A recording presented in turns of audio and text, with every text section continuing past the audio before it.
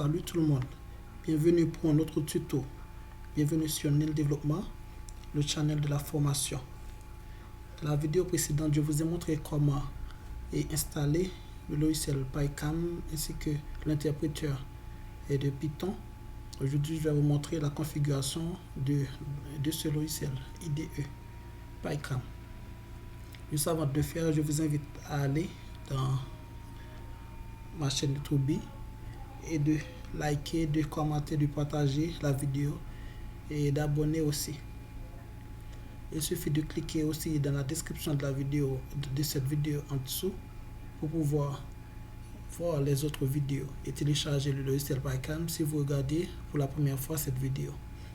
Comme vous voyez, nous sommes sur le logiciel IDE avec ses différentes facettes. On a Project, on a Customize, Plugin, Learn, PyCam. Dans Customize, dans Color Theme, on peut choisir le style voulu. Par exemple, Interlight Light, Windows 10 Light, Dark Color, High Contrast. Dans tous ces thèmes, je vous conseille le Dark Color, l'interface sombre.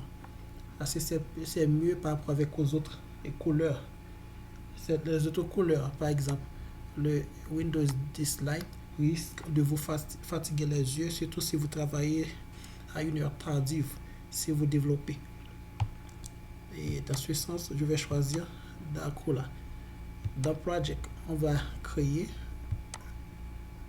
un nouveau projet. Là, ici, dans Location, on peut mettre le nom du projet, Test, par exemple. Dans Location, dans Base Interpreter, on peut choisir ce chemin pour être valide. Il faut constater dans New Environment Using, nous avons Virtual Env Conda. Par défaut, nous allons le laisser sur Virtual Env. Ensuite, cliquez sur Create. Comme c'est pour la première fois, l'interface de Python est en train de se configurer juste avant de commencer un nouveau programme.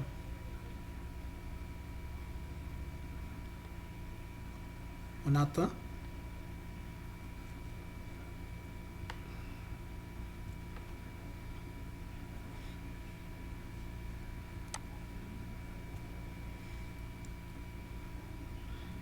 Ceci, c'est l'interface de Python.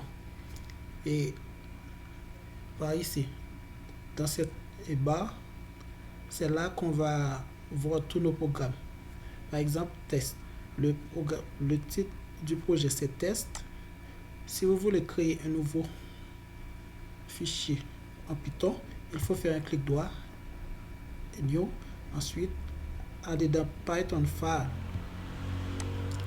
taper message. Par exemple, je mets message comme le nom de ce programme. Ensuite, je fais Enter. Ok, j'ai le fichier message. Là. Ensuite, il y a le main.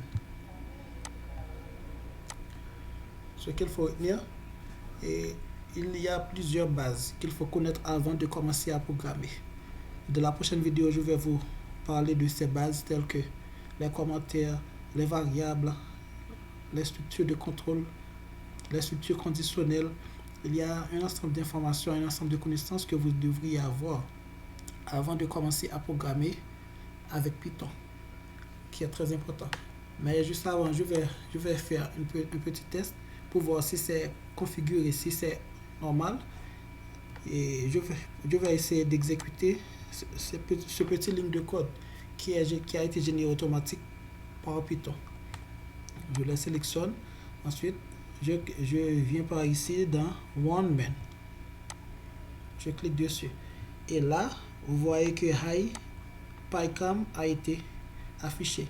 Cela veut dire que votre fichier, votre programme de Python a été installé avec succès. Ici, c'est le chemin d'accès du programme. À chaque programme que vous allez exécuter, vous allez créer, il va être sauvegardé dans ce chemin d'accès. C, Users, PyCam Project, Test. Il faut dire que c'est pour moi et sur le chemin d'accès de mon ordinateur. Et pour vous qui utilisez votre ordinateur personnel, peut-être vous allez avoir ce même chemin d'accès C, mais avec des contenus différents. Vous voyez ce que je veux dire? Vous n'allez pas avoir les mêmes contenus tels que utilisateur, test, mais vous allez quand même avoir un chemin d'accès avec Python pour pouvoir exécuter vos codes. Je pourrais aller pour vous montrer.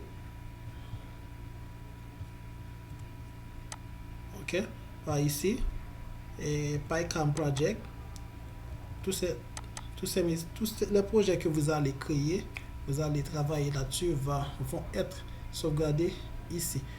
Vous pouvez changer le chemin d'accès de votre projet aussi. C'est pas très difficile. En fait, et dans la prochaine vidéo, nous allons parler des bases en Python. Nous allons faire une petite introduction avec Python, parler des bases de Python, parler des avantages de Python, des inconvénients ensuite, entrer dans la notion de variables, de commentaires, et nous allons commencer à créer de petits programmes.